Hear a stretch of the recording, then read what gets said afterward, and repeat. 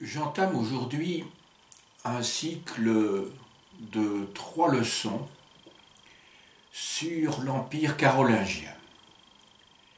La première, le cours donc qui sera donné d'ici quelques instants, portera sur les institutions de cet empire. Ensuite, il y aura un second volet qui portera sur un aspect plus précis de ces institutions, à savoir l'administration comtale des provinces au 8e et au 9e siècle. Et enfin, le dernier panneau se concentrera sur l'organisation de l'armée et des conquêtes de Charlemagne, toujours au 8e et au début du 9e siècle.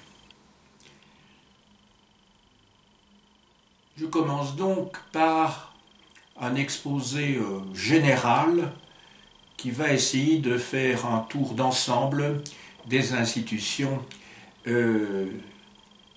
qui se sont mises en place à l'époque de Charlemagne. Quand je dis se sont mises en place, on va voir que celui-ci a hérité d'un certain nombre d'institutions et qu'il ne s'agit pas donc d'une véritable révolution en la matière. Tout d'abord, j'ai utilisé dans le titre l'expression d'empire carolingien. Il faut peut-être d'abord définir ces deux termes. Tout d'abord, l'adjectif, l'épithète, carolingien.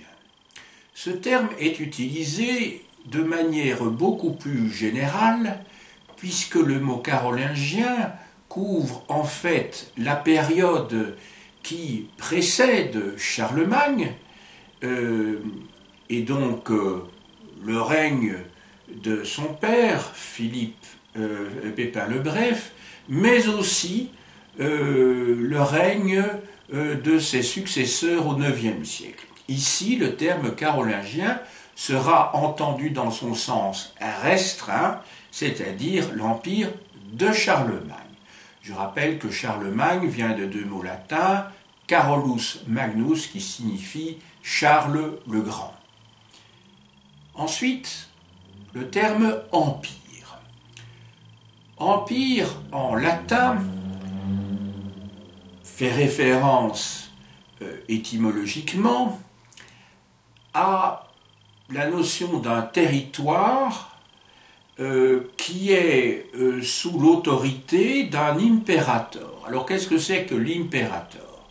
L'imperator, jusqu'au 1er siècle avant notre ère, c'est le commandant en chef des armées, donc à l'époque de la République. Ce terme imperator est un des titres que possède l'empereur au sens où nous l'entendons aujourd'hui, c'est-à-dire à partir du moment où Auguste, à partir de 27 avant notre ère, établit le principat. Donc le princeps a dans sa titulature le terme d'imperator qui fait donc référence à son autorité sur la force armée. L'imperium, qu'est-ce que c'est? Eh bien, l'imperium, c'est, comme je le disais, un territoire qui est sous l'autorité de l'empereur. J'en arrive maintenant à la problématique qui sera abordée dans le cours de cette conférence. Il y aura deux chapitres qui seront vus et qui correspondent à la compréhension du fonctionnement des institutions. Dans un premier temps, il va d'abord s'agir de définir ce que l'Empire est et ce qu'il n'est pas. Je commencerai donc par ce qu'il n'est pas pour éviter toute confusion avec l'Empire romain.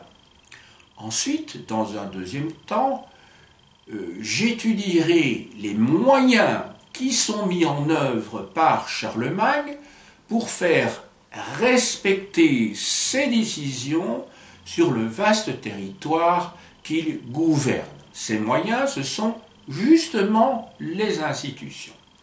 Donc il va s'agir de définir la légitimité de Charlemagne dans l'exercice de son pouvoir et ensuite de voir quels sont les organismes, les organes de l'État carolingien qui sont mis en place de telle manière que les décisions qui partent d'en haut arrivent bien en bas dans les provinces, y compris sur le plan local. Commençons donc par le cadre, l'Empire. Alors tout d'abord, qu'est-ce que l'Empire n'est pas? Oui, parce qu'une définition, étymologiquement, c'est en fait le territoire qui est entouré par des frontières, par des limites, justement, puisque définir signifie, dans définir vous avez le mot finis, qui signifie donc frontière, et définir c'est donc établir le périmètre, la surface qu'occupe, en l'occurrence ici même, ce concept d'État. Alors, que n'est-il pas cet empire carolingien? Ce n'est pas en fait un équivalent de l'empire romain, même s'il y fait explicitement référence, parce que l'empire romain a évidemment renvoie à une image glorieuse d'un passé révolu, mais que Charlemagne veut, à des fins politiques et des fins religieuses aussi, je vais y revenir, restaurer. Sur le plan géographique, grande différence entre ce qui va devenir à partir de 800, puisque c'est à la Noël de l'an 800 que Charlemagne devient empereur lorsqu'il va à Rome et qu'il est donc intronisé comme tel par le pape. Enfin, quand je dis par le pape, il semblerait bien que c'est Charlemagne qui lui imposait cette tâche. Sur le plan géographique, donc, l'empire carolingien n'est pas l'empire romain. L'empire romain occupait une surface gigantesque, puisque l'empire romain s'étendait de la limite entre l'Écosse et l'Angleterre, le fameux mur d'Adrien, même si à l'époque, à partir du début du 5e siècle, les légions romaines se retirent de la Bretagne, ce qu'on appelle aujourd'hui la Grande-Bretagne.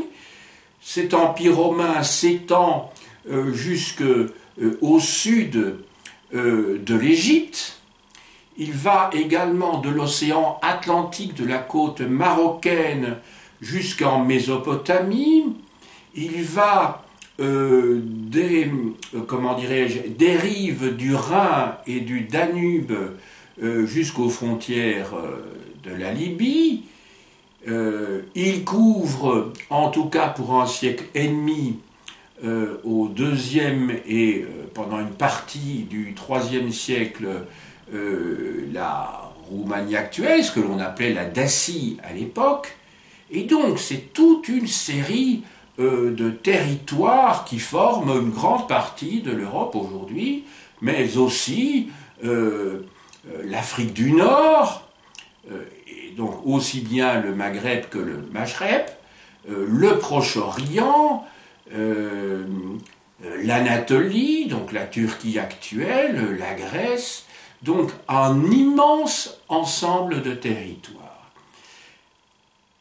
Ce que l'on va appeler l'Empire carolingien est beaucoup plus limité, puisqu'il s'agit d'un territoire qui est tout à fait décentré par rapport à l'Empire romain, et même par rapport à l'Empire romain d'Occident, qui est issu d'un partage effectué en 395 par l'empereur Théodose entre ses deux fils, Honorius et Arcadius. À ce moment-là, la capitale de l'Empire romain est théoriquement Rome, Mais c'est vrai que l'Empire romain, depuis déjà un siècle et demi, connaît ou avait connu un déplacement de sa frontière, surtout au IVe siècle, vers le nord. D'abord vers Ravenne, Milan, mais aussi Trèves ont été des capitales d'empire.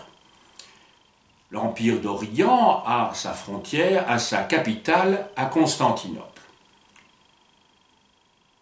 L'Empire de Charlemagne, en tout cas à partir du moment où l'empereur réside de manière permanente dans cette bourgade en fait qui est Aix-la-Chapelle, cet empire en fait a pour capitale, mais à partir des dernières années de la fin du règne de Charles, un lieu dans un endroit permanent, fixe. Ce lieu est très éloigné, on le voit, de l'Italie. Aix-la-Chapelle se situe pratiquement à la frontière de la Belgique et de l'Allemagne. Cet empire est donc tout à fait décentré par rapport à la partie occidentale de l'Empire romain et l'Empire romain tout court, l'ancien Empire romain.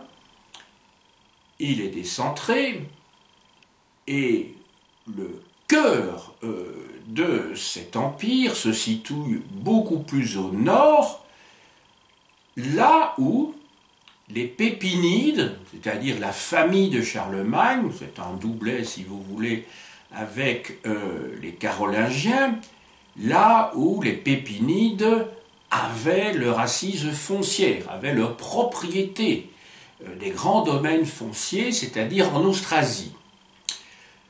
D'ailleurs, les premiers Pépinides, maires du palais de roi mérovingien, dans la deuxième moitié du 7e siècle, avec tout d'abord Pépin l'Ancien, Pépin de Landen, puis ensuite Pépin de Herstal, et le nom d'ailleurs qui leur est adjoint montre bien dans quelle région se trouvaient donc les vieilles propriétés familiales des Pépinides. Donc c'est la région du Condro, de l'ASB, en fait en gros je dirais la province de Liège actuelle en Belgique.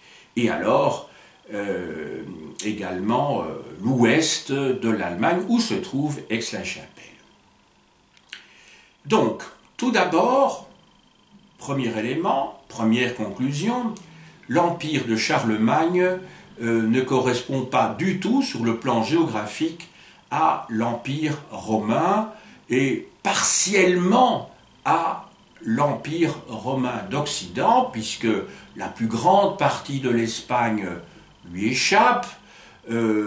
Pendant la première partie de son règne, l'Italie lui échappe aussi. Il va y avoir la conquête de la Lombardie et il va y avoir des conquêtes ultérieures en Germanie qui vont lui permettre d'étendre cet empire.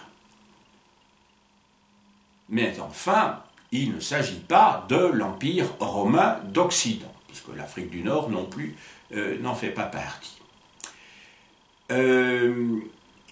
Sur le plan politique, d'ailleurs, Charlemagne, après 800, avant que n'apparaisse dans sa titulature le terme d'empereur et Auguste, c'est-à-dire imperator et Augustus, vous avez d'abord son titre de roi des Francs et des Lombards, Rex Francorum et Longobardum. Donc, ces termes, alors Longobardorum, excusez-moi, donc ces mots précèdent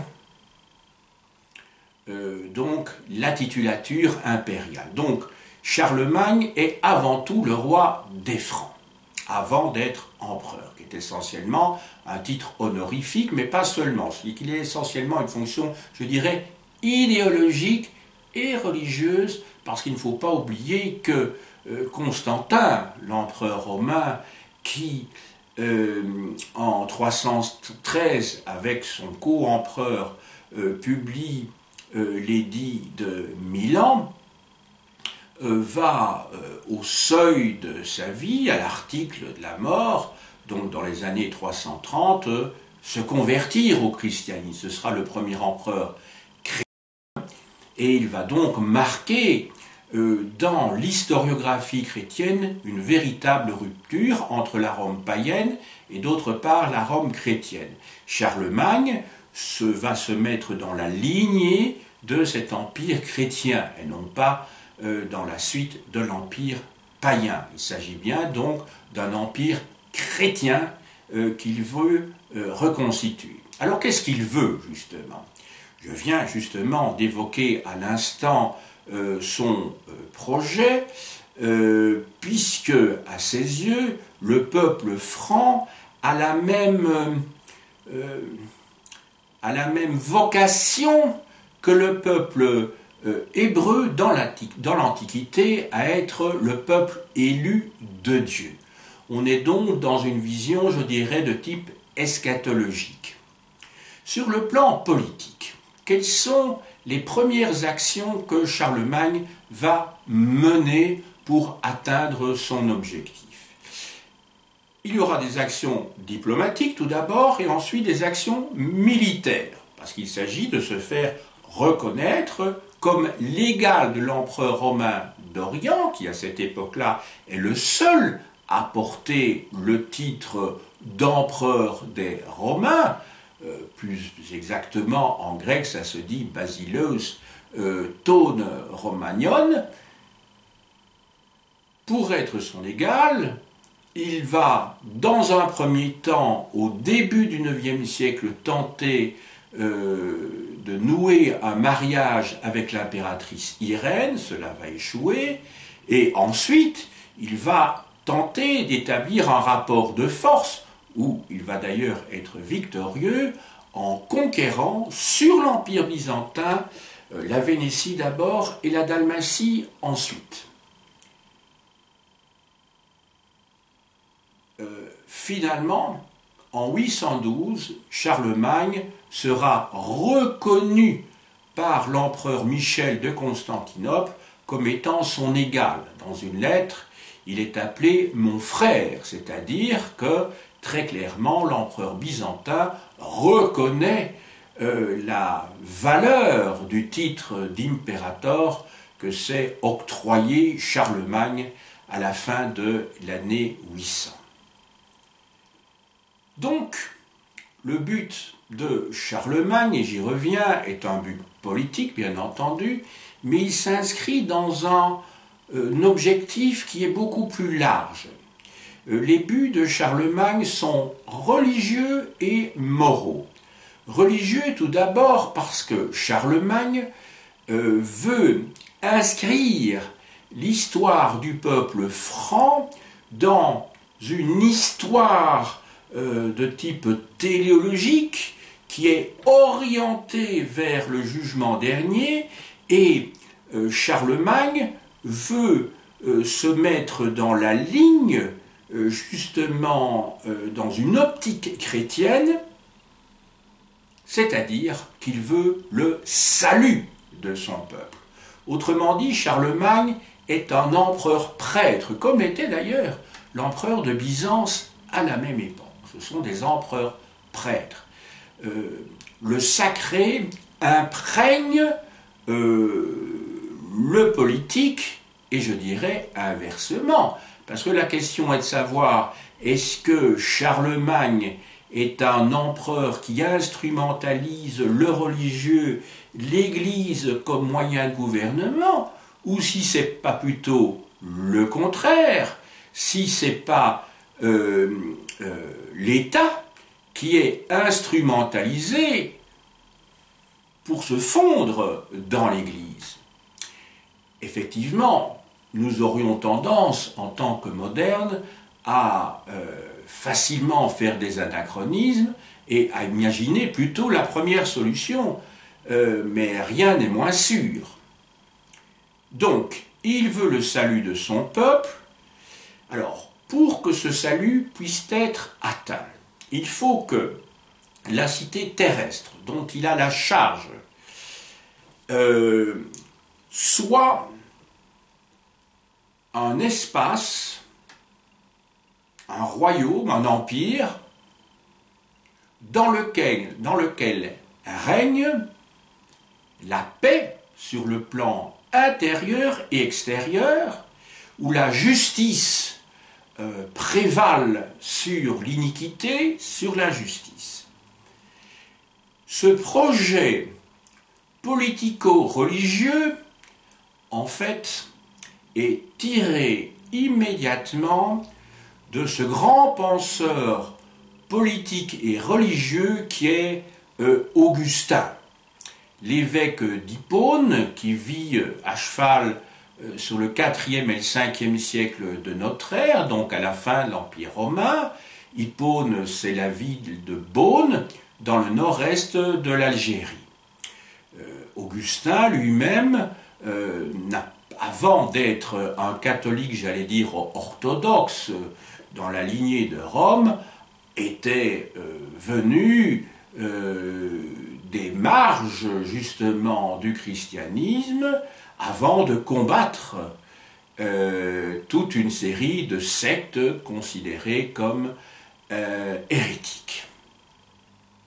Je vous montrerai tout à l'heure le fameux livre La Cité de Dieu, la Civitas Dei, dont je vous montrerai le premier des 3 volumes en traduction française publiés aux éditions du Seuil dans la collection Sagesse, si mes souvenirs sont bons. L'augustinisme sera d'ailleurs une théorie politico-religieuse qui aura un grand succès encore jusqu'au XVIIe, voire au XVIIIe siècle. Les moyens, maintenant, qui sont mis en œuvre, ou plutôt le moyen qui va être utilisé pour que ces buts religieux et moraux soient atteints, c'est le césaropapisme. Alors de quoi s'agit-il? Le césaropapisme, comme son nom l'indique, est en fait une théorie politique, et surtout un exercice politique, qui mêle étroitement le pouvoir spirituel et le pouvoir temporel. Dans césaropapisme, vous avez tout d'abord Caesar, qui renvoie au pouvoir temporel, impérial au sens strict, et d'autre part, le papisme, tout le monde a compris de quoi il s'agit. Il s'agit donc du pouvoir spirituel. Il faut bien réfléchir quand même que la monarchie pontificale, telle que nous la connaissons aujourd'hui dans le monde, qui a été toutefois tempérée par l'importance des conciles écuméniques et d'autre part par des synodes nationaux, où les décisions, si elles restent prises par le pape, sont alimentées par des réflexions qui viennent, je dirais, peut-être pas de la base, mais en tout cas de réunions d'évêques et de théologiens dans les différentes parties de la chrétienté. Donc c'est à partir du XIe siècle que l'on peut dire que le pontificat devient monarchique. À partir de la réforme grégorienne de Grégoire VII, et alors on peut dire qu'il y a des grands papes qui, sans doute le plus grand de ceux-ci, à cheval sur le XIIe et le XIIIe siècle, celui qui incarne la théocratie, c'est Innocent III, au point de considérer que les différents rois ne sont rien d'autre que ses vassaux. Il se situe, lui, au-dessus de la pyramide féodo-vassalique. Donc ça, on peut dire que c'est le sommet, vers 1200.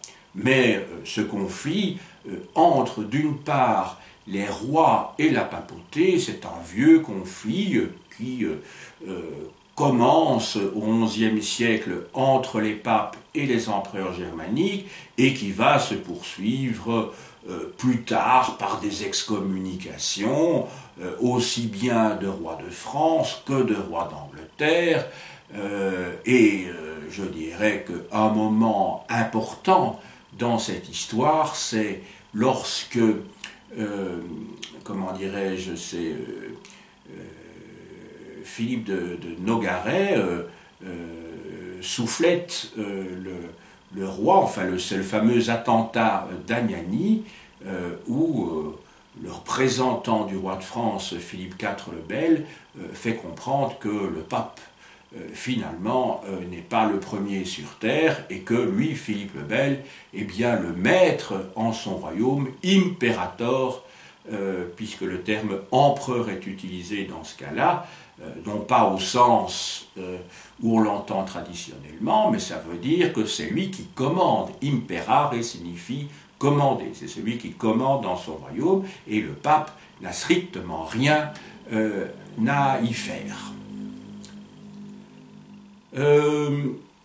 Voilà, donc quelques éléments qui nous informent sur ce qu'est le césaropapisme. En fait, Charlemagne pratique le césaropapisme. Il se considère comme le chef de l'Église, mais pour lui, l'Église et l'Empire ne font qu'un. Donc, c'est lui qui procède aux nominations d'évêques et d'abbés dans les abbayes, mais il ne se mêle pas seulement de l'organisation politique de l'Église. Charlemagne intervient régulièrement également dans la définition du dogme. Donc il se mêle de théologie, autrement dit. Donc vous voyez que cela va quand même assez loin. C'est ainsi que lors du concile de Francfort, Charlemagne intervient pour condamner l'adoptionnisme, qui était une hérésie, qui expliquait ou affirmait plutôt que le Christ avait été adopté par Dieu et n'était donc pas son fils. Charlemagne intervient également lors d'un concile de Nicée pour non seulement condamner le culte des images, et aussi pour introduire la formule du filioque dans le credo pour indiquer quelle place occupait le Saint-Esprit dans la succession, la procession des trois personnes de la Trinité. Je vous rappelle qu'au 7e et 8e siècle, il y avait eu une querelle mémorable entre, d'une part, les iconoclastes à Byzance, qui, littéralement, ça veut dire ceux qui cassent les images, les casseurs, on parle beaucoup de casseurs aujourd'hui, les casseurs d'images, et d'autre part, les iconodoules, c'est-à-dire ceux qui adoraient les images, hein, puisque doulos, c'est un mot grec qui veut dire l'esclave. Finalement, les moines iconodoules l'ont emporté, mais il y avait une phase importante lors de laquelle l'empereur et les intellectuels l'avaient emporté et eux s'opposaient catégoriquement à ce culte des images comparé à de l'idolâtrie. Donc vous voyez que derrière ce conflit des images se jouaient des enjeux, des rapports de force entre d'une part le clergé et d'autre part le pouvoir politique. Mais je vous ai dit, le pouvoir n'est jamais seulement politique, le pouvoir est intimement lié, étroitement attaché au pouvoir religieux, qu'il s'agisse d'ailleurs de l'Empire carolingien ou de l'Empire byzantin. Je l'ai déjà indiqué tout à l'heure, le roi, l'empereur, est également prêtre. Gilbert d'Agron a d'ailleurs publié un ouvrage dans la collection de Bibliothèque des Histoires qui porte justement sur ce double caractère de l'empereur. Je poursuis. Jusqu'à présent, il s'est agi de définir positivement ou négativement ce qu'il faut entendre par empire à l'époque carolingienne. Nous passons maintenant aux moyens utilisés par Charlemagne pour faire respecter ses décisions. Autrement dit, nous rentrons ici dans le fonctionnement des institutions, car c'est la fonction des institutions, c'est d'encadrer la population, c'est d'organiser la vie collective dans le cadre d'un pouvoir monarchique, ici en l'occurrence. Alors d'abord, on va étudier les bases de ces institutions, et dans un deuxième temps, on va les étudier en tant que telles, en distinguant les institutions centrales, les institutions provinciales et les institutions locales. Je commence donc par les bases. Qu'est-ce que j'entends par les bases? Par base, j'entends en fait que Charlemagne n'a pas créé ex nihilo les institutions. Charlemagne est l'héritier de royaumes ou le conquérant de royaumes. Il est l'héritier tout d'abord du royaume franc, qui possédait des institutions à l'époque de son père Pépin le Bref, mais institutions qui existaient déjà à l'époque mérovingienne. Je vous rappelle que les Pépinides étaient maires du palais, c'est-à-dire l'équivalent d'intendant du palais ou même de premier ministre, pourrait-on dire, à l'époque mérovingienne. Et c'est justement dans les dernières décennies que ces maires du palais sont devenus de plus en plus importants, avec Charles Martel, Philippe le Bref, Pépin le Bref, qui finalement a effectué le saut, puisqu'il s'est fait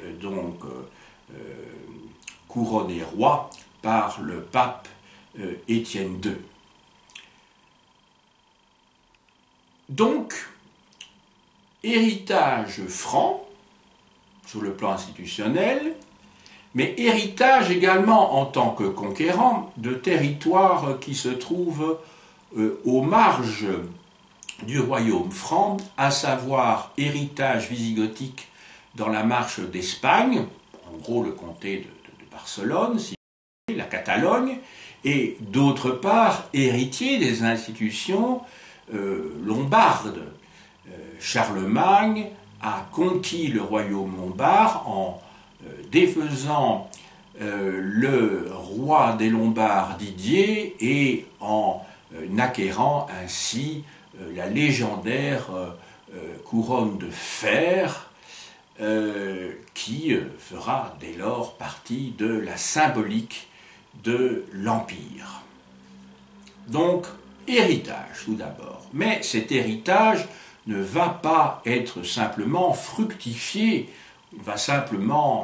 il va en fait répondre à de nouveaux objectifs, et c'est ainsi que les institutions vont devoir être plus performantes. Les objectifs nouveaux de Charlemagne sont les suivants. D'ailleurs, ils rejoignent les buts que j'ai cités déjà tout à l'heure en faisant référence à l'augustinisme politique, c'est-à-dire à l'instauration de cette cité de Dieu qui va émerger au sein de cette cité terrestre.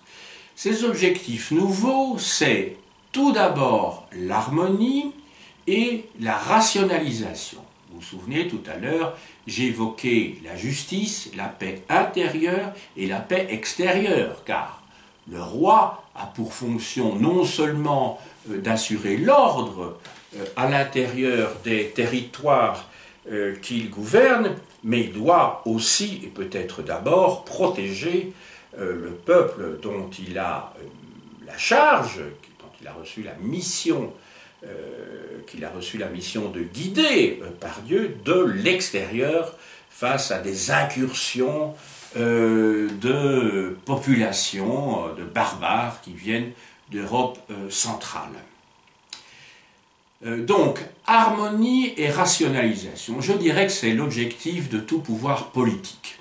C'est qu'il y ait la paix sociale et d'autre part, que les institutions ne se superposent pas comme ça à différents niveaux, au point de constituer un millefeuille, qui est d'ailleurs souvent dénoncé à notre époque, en particulier en France. Il s'agit que tout ça fasse partie d'un ensemble cohérent et surtout efficace, parce que le pouvoir se veut efficace. Quelles sont donc ces institutions? Je commencerai donc d'abord par les institutions centrales avant d'aborder les institutions provinciales et locales. Sur le plan central, la Cour, c'est-à-dire le cœur de l'État, se situe là où l'empereur se trouve. D'abord le roi avant 800 et l'empereur à partir de 800, là où le souverain se trouve. Longtemps, Charlemagne a été un souverain itinérant, pour des raisons d'ailleurs tout à fait compréhensibles. C'est que, à une époque où les moyens de communication sont quand même extrêmement limités, les distances apparaissent extrêmement longues, et il s'agit, et les déplacements pénibles et difficiles, il s'agit, pour pouvoir être informé directement de ce qui se passe sur les territoires sur lesquels il gouverne, il s'agit de se déplacer. Maintenant, pour un président français, c'est rien du tout que de prendre un vol, je ne sais pas, de Paris vers Saint-Étienne ou vers Marseille, mais à cette époque-là, c'était toute une aventure. Cela prenait des semaines, des jours, voire des semaines pour arriver donc dans une région lointaine. Il n'y avait pas les routes actuelles, bon, je ne parle même pas des avions, des trains, etc., parce que ça tombe sous le sens, mais il n'y avait pas les routes actuelles, il y avait de très nombreuses forêts qu'il fallait traverser, qui étaient très dangereuses par ailleurs, parce qu'il y avait des brigands, voilà, on était en insécurité, et on avançait très lentement sur des chemins boueux, cabossé, donc ce n'était pas évident du tout. Mais l'empereur, le roi d'abord, puis l'empereur, s'est déplacé beaucoup, pour des raisons, comment dirais-je, économiques et politiques assez évidentes. Il a beaucoup résidé dans les palais, mais entendons-nous, hein, quand on dit palais, ce sont des grosses fermes en fait. Où l'empereur, où il possédait une assise foncière importante, où sa famille, depuis plusieurs générations, avait des terres en grand nombre, des grandes propriétés foncières. Il s'est beaucoup déplacé, évidemment, dans ce qui est l'actuelle Belgique, dans l'ouest de l'Allemagne, dans le nord de la France. On a de très nombreuses lettres qui témoignent justement de ces déplacements. Mais alors l'empereur d'itinérant se fixe, je vous ai dit, à l'extrême fin de son règne. L'empereur meurt en 814, et alors je crois que c'est vers 807, quelque chose comme ça, 807, 809, qu'il s'établit véritablement à Aix-la-Chapelle pour des raisons plus vraisemblablement lié à son état de santé. Il était perclus de rhumatisme, et à Aix, comme le nom l'indique, il y avait des sources thermales, donc des sources d'eau chaude qui permettaient de calmer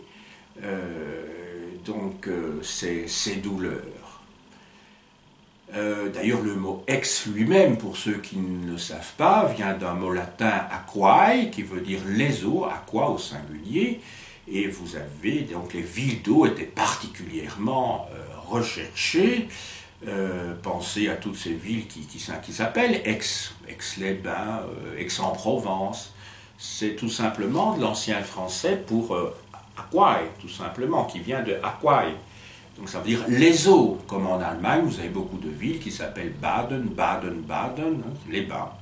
Voilà, c'était des villes qui étaient appréciées par l'aristocratie. Pensez encore à Spa pour les souverains belges. Voilà. Donc c'était des lieux de villégiature fréquentés. Enfin, quand je dis villégiature, entendons bien des endroits où l'on s'arrêtait volontiers, parce que ça fait du bien, effectivement, de pouvoir disposer comme ça de ces eaux chaudes pour se reposer. Surtout comme quand Charlemagne, on avait des gros soucis musculaires. La cour donc se déplace. Cette cour, comment la connaît-on? Parce que les historiens travaillent toujours à partir de sources, à partir de documents. Cette cour, on la connaît grâce à un ouvrage qui s'appelle l'Ordo Imperii, si mes souvenirs sont bons. J'allais dire l'Ordo Curiae, mais enfin, je crois que c'est l'Ordo Imperii, qui a été écrit par un abbé de Corbie qui s'appelle Adalard. Cet ouvrage, qui date du début du IXe siècle, a été repris et réédité à une époque où l'imprimerie n'existe pas, mais recopié et revu par Hincmar de Reims. Et c'est cette version-là, en général, que l'on utilise. Quels sont les organismes centraux? Autrement dit, comment fonctionne le gouvernement de l'Empire carolingien? Il existait un embryon d'État. Alors entendons-nous bien, Charlemagne a un projet de centralisation d'État. Il veut un État centralisé. Mais il ne faudrait en aucun cas faire de l'anachronisme et imaginer l'Empire carolingien comme étant doté d'une administration sophistiquée, avec des ministères, avec de nombreux bureaux, etc. C'est pas du tout l'équivalent de ce qui se passe à la même époque à Byzance, qui là est un État où la bureaucratie est extrêmement importante. Donc l'empire dans la capitale de Charlemagne, il y a des organismes, effectivement, un certain nombre, en particulier la chancellerie, qui est indispensable, puisque c'est là que l'on rédige les actes impériaux, les diplômes, puisque c'est la signification originelle du terme diplôme, ce sont donc des actes publics qui informent des décisions de l'empereur et de leur application dans les territoires. À côté de ces organismes centraux, et plus particulièrement de la chancellerie, il existe également une réunion une fois par an dans la capitale de l'Empire. D'abord là, ces réunions sont d'abord itinérantes puisqu'elles suivent l'empereur et puis à un moment donné elles deviennent fixes les 5 ou 6 dernières années de l'empereur quand il est à Aix. Ce sont les plaies. Alors plaies, ça s'écrit P-L-A-I-D-S au pluriel. Ce mot vient de placita, neutre pluriel en latin, donc au singulier c'est placitum. Alors, les plaies, ce sont des assemblées annuelles de tout ce qui compte dans l'Empire, tant au niveau de la haute administration, des hauts fonctionnaires, à savoir les comtes, les grands seigneurs, autrement dit, l'aristocratie, et d'autre part, ce que l'Empire connaît d'important sur le plan ecclésiastique. Donc on y trouve également des dignitaires ecclésiastiques, des évêques. Voilà. Lors de ces plaies, l'empereur fait part de ses décisions.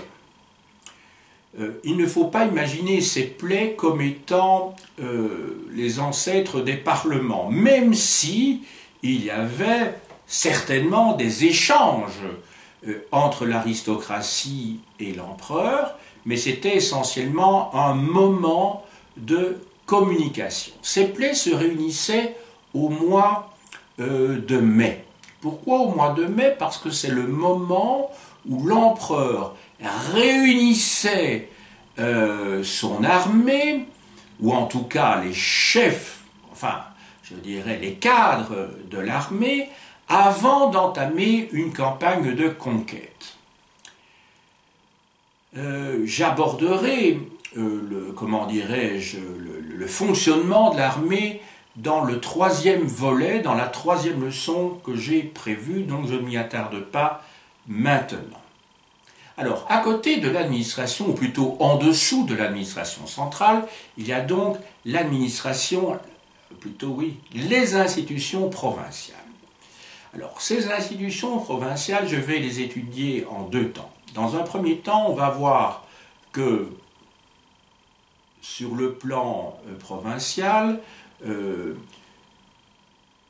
fonctionnent des comtés qui existaient déjà à l'époque mérovingienne d'ailleurs. On va voir comment ces comtés fonctionnent, comment l'administration comtale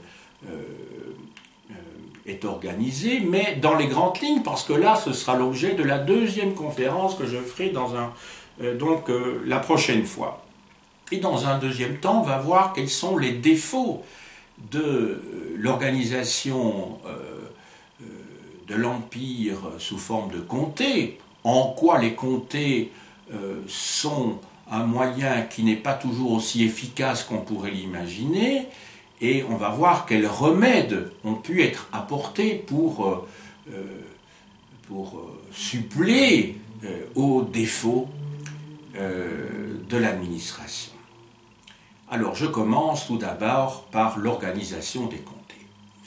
Logiquement, il s'agit de comprendre à quoi ils servent, quelle est leur fonction. Les comtés, ce sont des circonscriptions territoriales, des circonscriptions administratives, dirigées par un personnage qui s'appelle le comte. Un comté se dit en latin comitatus, le comte se dit comes, au pluriel, au génitif comitis, au pluriel comites, et les comites, à l'origine, au 1er siècle de notre ère, c'étaient les conseillers, les compagnons d'Auguste, qui se réunissaient lorsque celui-ci réunissait autour de lui le conseil, c'est-à-dire le gouvernement. La fonction a évolué sous le Haut Empire et sous le Bas Empire romain, et à l'époque qui nous intéresse, les comtes ne sont pas en fait des gens qui gouvernent l'Empire au sommet, ce sont en fait des administrateurs provinciaux. On les a souvent comparés, mais il faudrait apporter une petite nuance à cela que j'apporterai donc dans mon second cours, aux préfets de département en France. En effet, les comtes plutôt sont des fonctionnaires. Être comte, ce n'est pas porter un titre nobiliaire, comme plus tard ce sera le cas. Quand on pense à un comte à l'époque de Louis XIV, ce n'est plus du tout un fonctionnaire, c'est quelqu'un qui appartient à une caste, à un ordre, l'ordre de la noblesse, mais qui n'a pas de fonction dans l'organisation de l'État. À l'époque qui nous intéresse, ce n'est pas le cas. Les comtes sont des fonctionnaires, des hauts fonctionnaires. Ils sont donc révocables, ils sont nommés, ils ne sont pas, en tout cas dans un premier temps, ils ne sont pas nommés à vie. Si ils n'exercent pas leur métier comme il le faut, ils sont limogés. Et on va voir quels sont les éléments qui permettent à l'empereur de prendre une telle décision. Ils sont rémunérés de deux manières. La première manière, c'est qu'ils sont rémunérés par ce qu'on appelle l'honor. L'honor, c'est-à-dire l'honneur, est constitué à l'honneur, plus exactement, donc à la fonction de comte, est associé un bénéfice, un bénéficium. Bénéficium, ça veut dire ce qui vous rend heureux, si je puis dire. Ce sont les revenus de votre profession. Il va bientôt s'appeler un fief, un feodum. Ce sont des terres la plupart du temps, ce sont des terres qui permettent au compte de dégager un certain nombre de revenus. À côté de ça, le compte perçoit partiellement des amendes judiciaires. Ce sont donc ces deux sources de revenus. Mais tout cela, je vous l'ai dit, sera analysé dans la leçon suivante. Voilà pour le statut des comptes. Alors maintenant, leurs fonctions, leurs compétences. Les comptes ont avant tout donc une fonction administrative, exécutive surtout. Ils sont là pour faire exécuter ce qui a été décidé par l'empereur et qui est transmis sous forme de lois que l'on appelle des capitulaires. Pourquoi on les appelle des capitulaires? Parce que ces lois étaient rédigées sous la forme de différents chapitres qui se succédaient. Des chapitres sont donc l'équivalent de paragraphes qui détaillent la loi, et le mot chapitre vient lui-même de caput, caput capitis au génitif, et donc les capitulaires, ce sont des lois composées de chapitres. Et pourquoi dit-on pourquoi le mot chapitre vient-il du mot tête? Parce que vous avez des en-têtes, si vous voulez, les premiers mots de chacun des chapitres informent sur la suite. Oui, en fait, un chapitre, ce n'est rien d'autre qu'un texte organisé avec des têtes successives. C'est ça que ça veut dire, littéralement. Donc, la mission des comptes est d'appliquer ce qui a été décidé en haut lieu par l'empereur. Ils ont une fonction militaire aussi. C'est logique, en fait, ils ont toutes les fonctions de l'empereur, mais au niveau provincial. Ils répercutent au niveau provincial ce qui est décidé en haut lieu. Donc, ils sont les représentants au sens propre. Ils sont les lieutenants de l'empereur dans leur province, donc dans leur préfecture, leur département, si vous voulez. Ils doivent faire appel à l'ost, c'est-à-dire OST, c'est-à-dire à l'armée, lorsque justement il y a le rappel des hommes lorsque l'empereur le décide. Je vous ai dit que c'était une fois par an au mois de mai que lors de cette grande réunion, lors des plaies, le roi informait des conquêtes à venir, des campagnes militaires à faire. Alors une campagne, ce n'est pas obligatoirement des conquêtes, ça peut être restaurer la paix dans un territoire déjà conquis, mais qui s'est soulevé entre-temps. Hein.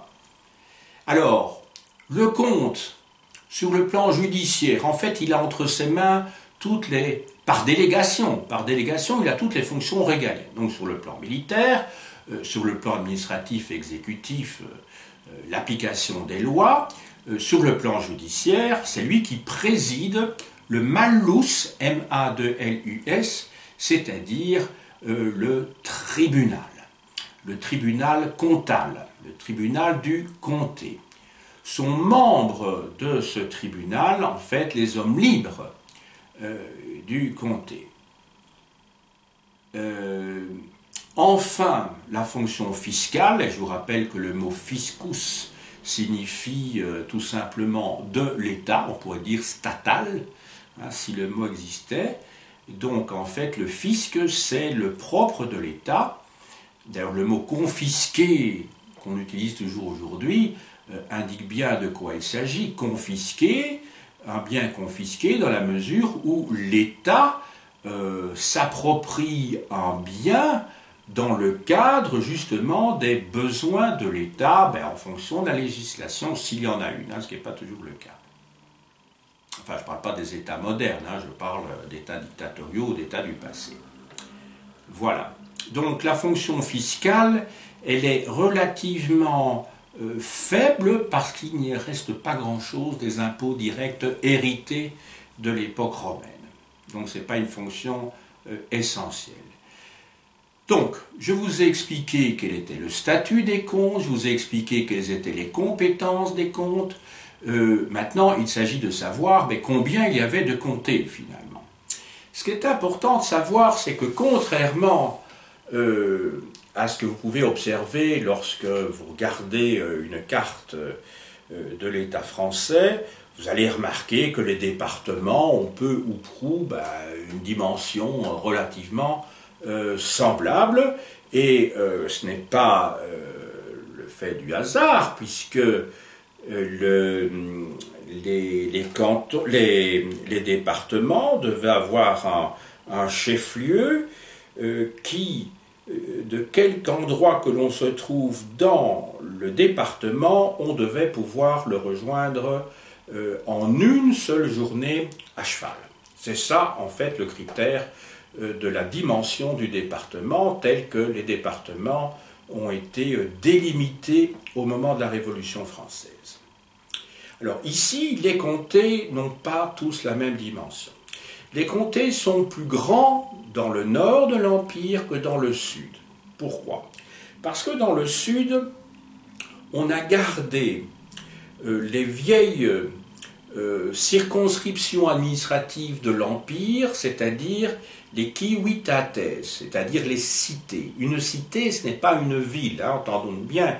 Une civitas, c'est en fait une circonscription administrative dans laquelle il y a au moins une ville, et parfois plusieurs villes, plusieurs bourgades, mais la campagne environnante fait partie également de la civitas, de la cité. Et pourquoi cela? Parce que du IVe siècle jusqu'au VIe siècle certainement, 7e siècle, oui, au moins le 7e siècle, certainement, voire 8e, il y a eu, en tout cas dans le sud de la Gaule, des personnages qui ont effectué, qui ont fait le lien entre l'administration impériale de l'Antiquité, de la Rome antique, et celle de l'époque de Charlemagne, ce sont les évêques. Les évêques étaient choisis déjà à l'époque de l'Empire romain parmi l'aristocratie gauloise locale. Ce sont souvent les mêmes familles qui ont perduré pendant plusieurs siècles, et donc on a gardé ces vieilles circonscriptions. Donc ces civitas sont devenues ces civitates plutôt, puisque c'est le pluriel, sont devenus des comitatus.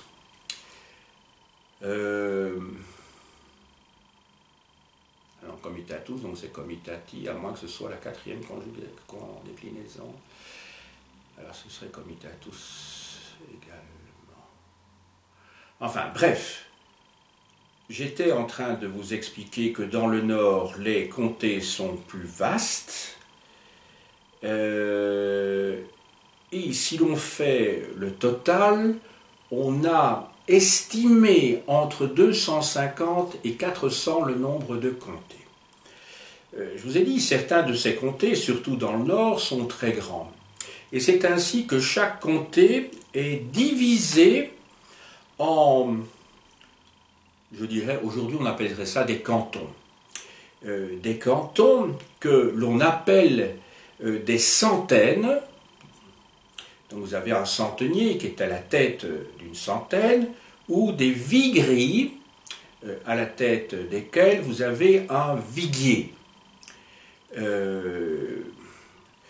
Être viguier, c'est l'équivalent d'être vicomte. Le mot vicomte lui-même est issu du terme vice comes en latin, comme vous allez avoir dans les colonies espagnoles d'Amérique du Sud des vice-rois, hein, celui qui remplace le roi dans les colonies espagnoles, ou des vice-rois des Indes à l'époque coloniale britannique. Donc le vicomte, c'est celui qui remplace le comte sur un territoire plus restreint. Donc ce sont les viguiers ou les centeniers dont je vous parlais il y a quelques minutes. Maintenant, quels sont les défauts que l'on observe dans ce système?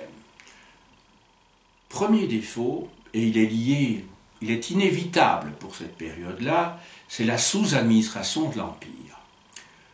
On ne peut qu'avoir la politique de ses moyens.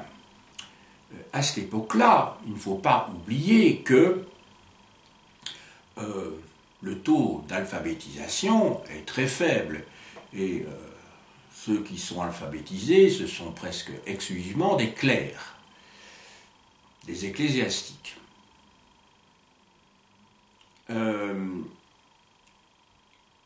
Donc, sous administration, vous devez penser que pour l'ensemble de l'Empire carolingien, il y a 3000 fonctionnaires. Imaginez ce que c'est 3000 fonctionnaires par rapport aux dizaines, voire non, des centaines de milliers de fonctionnaires dans un petit État comme la Belgique aujourd'hui. Donc, oui, c'est un État qui est tout à fait sous-administré. Effectivement, autour du compte, vous avez peut-être entre 10 et 12 collaborateurs du compte, en ce compris les viguiers, les centeniers. Donc l'encadrement de la population est extrêmement faible. Donc on est dans un état embryonnaire. Donc c'est un état sous-développé sur le plan du personnel et sur le plan institutionnel. Donc il ne faut pas avoir une vision idyllique comme ça de l'Empire carolingien comme étant un empire avec une structure, avec des ministères, etc. Rien de tout ça à cette époque-là. Donc l'Empire carolingien représente peu de choses à côté de la structure administrative de l'Empire byzantin de la même époque, que j'ai étudié d'ailleurs dans un autre cours. Les procédures, en plus, sont parfois extrêmement longues pour pouvoir aboutir. Donc ça, c'est le deuxième défaut majeur de l'organisation de l'Empire carolingien. Le souci premier de l'empereur est de communiquer les lois. Communiquer les lois. Alors, on voit que ce souci est permanent dans la mesure où les capitulaires et le contenu des lettres de Charlemagne se répètent. Il y a une répétition constante de faire passer un certain nombre de décisions. Alors ça peut signifier quoi? On pourrait dire soit le roi est atteint de TOC, le roi l'empereur, donc le roi des Francs, de TOC, c'est-à-dire de troubles obsessionnels convulsifs, ou ce qui est beaucoup plus vraisemblable, c'est que s'il répète des décisions qui ont été prises, c'est que ces décisions n'ont pas été véritablement appliquées, qu'il faut les rappeler. N'oubliez pas, et ça c'est typique, les historiens, quand ils voient qu'il y a une législation qui est reprise à plusieurs moments, c'est le cas sous le bas empire romain, on peut être sûr que les décisions impériales ne sont pas appliquées, qu'il y a un problème de relais, ou qu'en tout cas la population locale, en tout cas les administrateurs locaux, ne font pas grand cas, ou n'ont pas les moyens d'appliquer réellement les décisions impériales. Alors, nous sommes dans une société où domine l'oral, l'écrit est très peu présent, et c'est le second moyen, à côté de la répétition, utilisé par Charlemagne pour fixer, au moins dans la mémoire des administrateurs de l'Empire, c'est-à-dire des comtes et de ceux qui leur sont subordonnés, de pouvoir justement se souvenir des décisions qui sont prises. Alors, à côté de la communication des lois, il y a bien entendu le contrôle de ceux qui sont censés exécuter ces lois. Mais le contrôle est une mesure qui, est une mesure répressive. Si vous voulez, l'inspection, il suffit de voir un petit peu l'angoisse que peuvent connaître de jeunes professeurs dans l'enseignement lorsqu'on leur dit qu'à... maintenant on n'appelle plus, parce que les inspecteurs n'ont plus la fonction de jadis. Enfin jadis, lorsqu'un inspecteur était annoncé, en général on ne savait pas très bien quand il allait arriver. D'ailleurs, il y avait l'angoisse des professeurs, parce que évidemment leur carrière était liée au rapport qui allait être fait. La même chose dans les administrations publiques, hein, les inspecteurs des finances, autres, dans la police, voilà, partout. L'inspection, ça fait peur. Mais pour qu'un gouvernement soit efficace, il s'agit de ne pas travailler seulement sur la peur, il s'agit de travailler également positivement sur des relations amicales avec son personnel. Et Charlemagne va jouer justement sur les deux claviers. Premier clavier, donc, le contrôle, ce qui fait peur. Un système est mis en place en 789 et 13 ans plus tard, il va être renouvelé en 802. C'est le fameux système des missi dominici dont tout le monde se souvient parce que nous l'avons tous appris, peut-être déjà à l'école primaire et certainement dans les premières classes d'enseignement secondaire.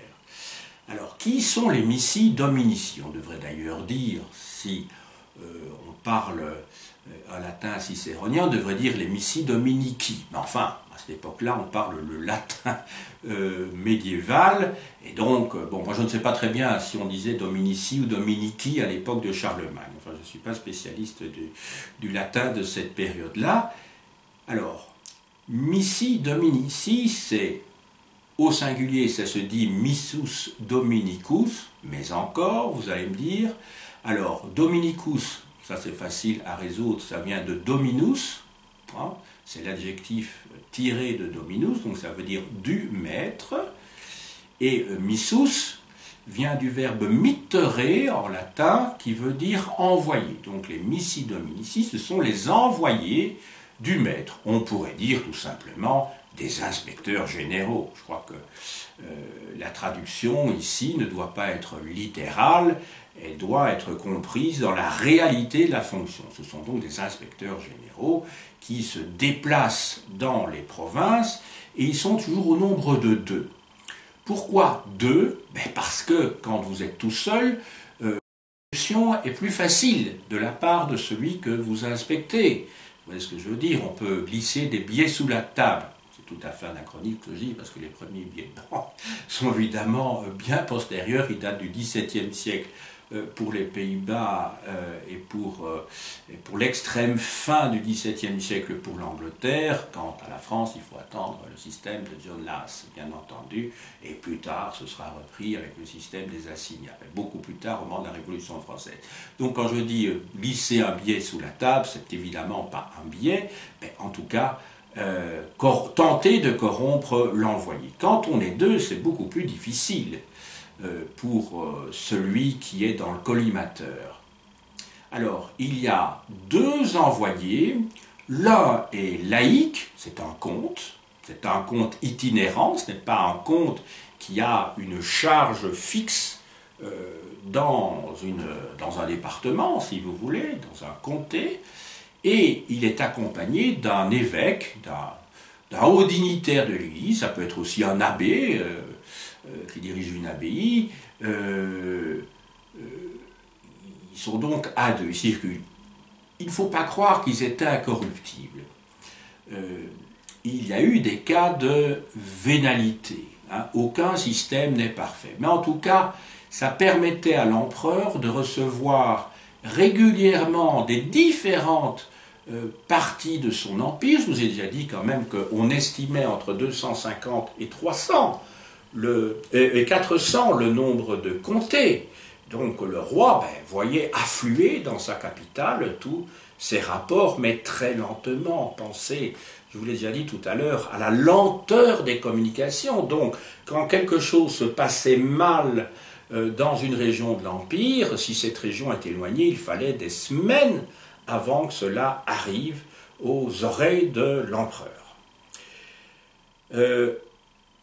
Plus malin, c'est le système du réseau de fidélité. Et tous les hommes politiques, à toute époque, ont fonctionné de cette manière-là. À moins d'être un tyran qui ne survivra pas très longtemps, lorsqu'on est à la tête d'un État, même quand on a des manières très autoritaires et même dictatoriales, on a intérêt à avoir des amis autour de soi. Voilà, on ne peut pas gouverner seul contre tous, ça n'existe pas. Et c'est dans ce cadre-là que Charlemagne a utilisé un système qui existait déjà à l'époque mérovingienne, qui est le système de la vassalité. Le système de la vassalité est un système qui unit deux hommes, en l'occurrence ici l'empereur et son vassal, dans un lien qui s'ajoute au lien administratif qui est celui du comte vis-à-vis de l'empereur, et cette relation personnelle qui suppose la prestation d'un serment se fait au nom, ou plutôt en invoquant le nom de Dieu, et par conséquent ce lien se veut indéfectible. Ce lien va s'inscrire d'ailleurs dans ce qu'on appelle le système féodo-vassalique qui va se mettre en place à l'époque carolingienne et qui va rendre d'ailleurs les comtés héréditaires à l'époque de Charles le Chauve, lorsque ce dernier va entériner une pratique déjà qui existait mais qui n'était pas coulée dans le bronze lors de la publication du capitulaire de Quierzy-sur-Oise en 877. Les réseaux de fidélité, vous savez, je viens de le dire d'ailleurs, les hommes politiques les utilisent toujours. Il suffit de voir lorsque un candidat à une élection est élu, vous avez sa garde rapprochée qui, évidemment, souhaite avoir le bénéfice de la victoire, et je vous ai expliqué tout à l'heure que le mot bénéficium était utilisé, puisque ça permettait au comte de disposer de revenus. Maintenant, sur le plan local. Alors, sur le plan local, il y avait certaines terres, parfois très vastes terres, qui disposaient de l'immunité par rapport aux autres parce qu'il s'agissait de terres ecclésiastiques. Alors, un abbé, à la tête, donc un supérieur d'abbaye, pouvait devenir immuniste, c'est-à-dire recevoir ce privilège de l'empereur, qui ainsi avait la mainmise sur cette abbaye, la mainmise politique bien entendu, mais comme les ecclésiastiques n'ont pas le droit, d'après leur état, d'exercer des fonctions militaires et des fonctions judiciaires qui sont celles d'un comte, eh bien, ils devaient prendre, on leur imposait, l'empereur leur imposait un avoué. Un avoué laïque. Le mot avoué vient du latin advocatus, qui a donné d'ailleurs le mot avocat en français. Alors, un avoué, c'est donc quelqu'un qui exerce les fonctions judiciaires et militaires qu'un ecclésiastique ne peut pas exercer dans des terres qui sont immunistes, c'est-à-dire qui bénéficient de l'immunité. C'est une manière pour l'empereur d'intégrer les terres d'église au système impérial et à l'organisation provinciale. J'en arrive maintenant à ma conclusion. Ma conclusion comprendra deux parties. Première partie qui concerne le caractère, la nature du régime impérial. La volonté, et on peut dire qu'il y a réussi dans la mesure des moyens possibles pour son époque, l'objectif donc de Charlemagne était de créer un État centralisé. On peut dire que, évidemment en ne faisant pas d'anachronisme, que c'est une réussite pour le début du IXe siècle. Je rappelle que Charlemagne décède en 814. On l'a vu, malgré tous les défauts de l'administration provinciale et malgré la faiblesse je dirais, de l'administration centrale, ne fût-ce en nombre de fonctionnaires. Ce qui est sûr, c'est que la vassalité, qui a souvent eu la réputation d'avoir gangréné l'Empire, bien au contraire, a servi les institutions publiques, ont été un instrument de renforcement des institutions publiques. D'ailleurs, pour le XIe et le XIIe siècle, donc plus tard, un professeur de la Sorbonne n'a pas hésité à publier une petite synthèse sur l'histoire de la France médiévale qui couvrait le XIe et le XIIe siècle, n'a pas hésité à intituler son livre « L'ordre féodal ». Alors que, en tout cas dans les manuels, en tout cas les manuels de l'époque où moi j'étais dans l'enseignement secondaire, la féodalité était souvent synonyme d'anarchie, de décomposition de l'État central.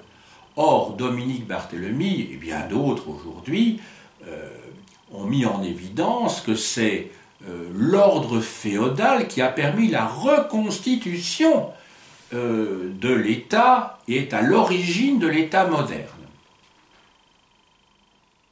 Donc, vous voyez, il y a des idées qui ont la vie dure et qu'il faut remettre sur le métier. D'ailleurs, les historiens, comment dirais-je, approfondissent leur réflexion de génération en génération, souvent en se positionnant par rapport à leurs prédécesseurs, dont ils se servent d'ailleurs des travaux, parce que les travaux des historiens, les recherches des historiens sont basées sur des sources. Et donc, chaque fois que quelqu'un trouve quelque chose, on l'utilise, mais on peut avoir un regard un petit peu différent. Et c'est aussi l'époque dans laquelle on vit qui permet de formuler différemment des questions, des problèmes qui étaient posés par la génération précédente. C'est tout à fait clair. Moi, quand j'étais à l'école primaire, je vivais dans un État unitaire, l'État belge. Il n'y avait pas encore de région, il n'y avait pas encore de communauté, donc toute l'histoire belge était orientée vers un aboutissement qui était celui d'un État centralisé.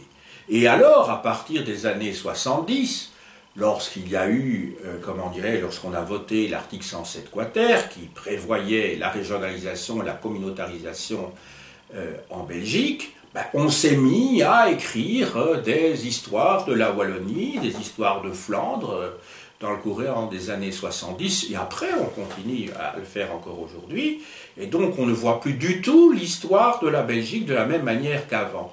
C'est bien la preuve que le contexte, l'environnement dans lequel vit l'historien est très important et déterminant quant au questionnaire qu'il pose aux sources. Alors, deuxième élément, puisque je vous avais dit que ma conclusion comprendrait deux parties, eh bien c'est que finalement, malgré ce que je viens de vous dire, cette construction de Charlemagne a été de courte durée. Parce que, et lui-même l'a déjà fait de son vivant, cette construction va éclater. Vous avez entendu parler du règne de celui qui a succédé à Charlemagne, donc Louis le Pieux, Louis le Débonnaire, et que ses fils, issus d'ailleurs de deux mariages, se sont entendus contre leur père, après s'être disputés entre eux d'ailleurs, pour partager l'empire. Donc il y avait... il y a eu deux clans qui se sont formés. Je ne vais pas aborder la succession de Charlemagne ici, ça prendrait trop de temps. Vous avez entendu parler des serments de Strasbourg de 842 et surtout du traité de Verdun, qui divise l'Empire en trois parties. Mais il se fait que Charlemagne, de son vivant, avait déjà, lui aussi, distribué, mais à l'intérieur même de l'Empire, des territoires à ses enfants, à ses fils. c'est le cas de la Bavière ou de l'Italie, entre autres. Ce qui veut dire que cette vieille pratique franque, qui remonte à l'époque mérovingienne, n'avait pas disparu, et que le vers était déjà dans le fruit, dès l'époque même de Charlemagne, et qu'il ne faut donc pas attendre la disparition de Louis le Pieux et les disputes entre ses fils pour qu'il y ait un partage de l'Empire. Voilà. J'espère que vous avez retenu ici les grandes lignes de ce que j'ai expliqué. J'espère aussi que vous aurez compris que ma leçon n'avait pas qu'un objectif d'information, mais qu'il y avait aussi un objectif méthodologique, qui était de comprendre à quoi servaient des institutions, quels peuvent être leurs avantages et leurs inconvénients, mais que ces institutions s'inscrivent toujours dans un projet politique, et ici politique et religieux. On pourrait peut-être même inverser les termes et dire religieux et politique. Je vous montre maintenant quelques livres qui ne seront pas très nombreux et qui permettent d'aborder l'époque carolingienne. Tout d'abord, un petit dictionnaire dû à Robert Delors, chez un éditeur qui s'appelle éditeur MA. C'est un excellent médiéviste que Robert Delors. C'est un lexique, en fait.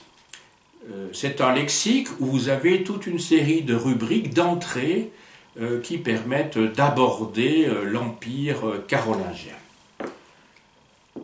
Alors, je ne sais pas ce que ça fait là. Je vais le mettre ici.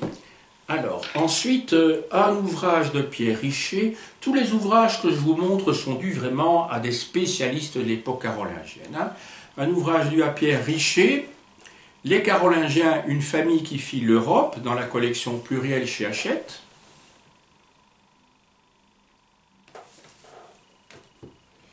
Charlemagne et l'Empire carolingien, là c'est un vieil ouvrage, mais qui est quand même intéressant à lire. Je le regarde avec une petite larme, parce que je l'ai lu quand j'étais étudiant, il y a une quarantaine d'années, publié dans la collection L'évolution de l'humanité chez Albin Michel.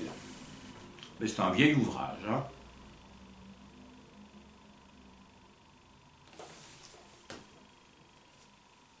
De Jacques Boussard. Alors c'est un chercheur, un professeur que j'ai rencontré chez Jean-Louis Flandrin à Paris, quand j'étais étudiant. Charlemagne et son temps, dans la collection L'univers des connaissances chez Hachette.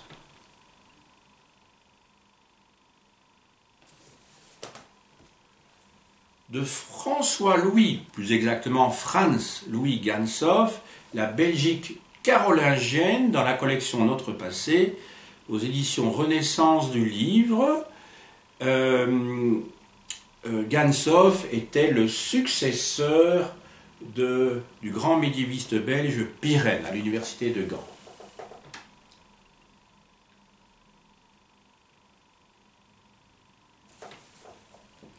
La vie quotidienne dans l'Empire carolingien, du même Pierre Richer que j'ai cité tout à l'heure, dans la collection Hachette. Alors là, c'est un ouvrage qui se lit vraiment de manière très agréable, qui est destiné à un public plus large que certains ouvrages que j'ai pu vous montrer précédemment. Alors de Robert Folst, alors un grand classique, Le couronnement impérial de Charlemagne, 25 décembre 800, en folio Histoire.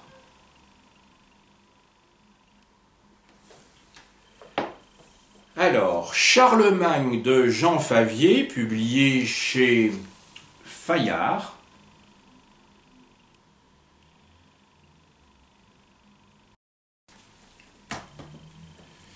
Alors, deux textes, deux livres qui sont en fait des sources, ou des recueils de sources. Dans la collection Le Mémorial des siècles, 8e siècle, les hommes Charlemagne, vous avez, publié chez Albin Michel, un recueil de textes La première partie a été écrite par Georges Tessier, concerne l'Empire carolingien, et les 300 pages qui suivent sont en fait une édition de capitulaires, de lettres de Charlemagne, d'historiens qui ont pu écrire des vies à cette époque-là. Quand je dis des vies, des biographies. Hein. Voilà. Donc pour les professeurs d'enseignement secondaire, c'est très utile lorsqu'ils cherchent des documents pour travailler avec leur classe. Alors, j'évoquais ce livre tout à l'heure, La Cité de Dieu, donc Civitas Dei d'Augustin, Saint Augustin, évêque d'Hippone, qui vit à la fin de l'Empire romain.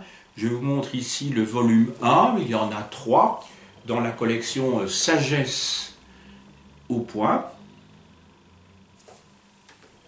Alors, Gansov, dont je vous ai parlé tout à l'heure, a écrit un manuel qui est extrêmement clair, bien qu'il soit très ancien, mais ça reste quand même un ouvrage pédagogique, qui s'intitule « Qu'est-ce que la féodalité ?»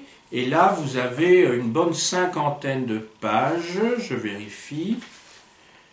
C'est ça, une 50aine de pages consacrées à la féodalité carolingienne et donc aux institutions féodo-vassaliques que j'ai abordées tout à l'heure. Un grand classique. Il a été réédité il y a quelques années dans la collection plurielle chez Hachette. Et enfin, pour terminer, un ouvrage d'un spécialiste du Haut Moyen-Âge, Bruno Dumézil, Servir l'État barbare dans la Gaule franque, 4e-9e siècle chez Talandier. Un ouvrage fondamental qui montre la continuité, vous le voyez d'après les dates qui apparaissent en bas de la page, qui montrent la continuité depuis l'Empire romain jusqu'au IXe siècle, c'est-à-dire le siècle qui débute par la mort le décès de Charlemagne en 814. J'ai dit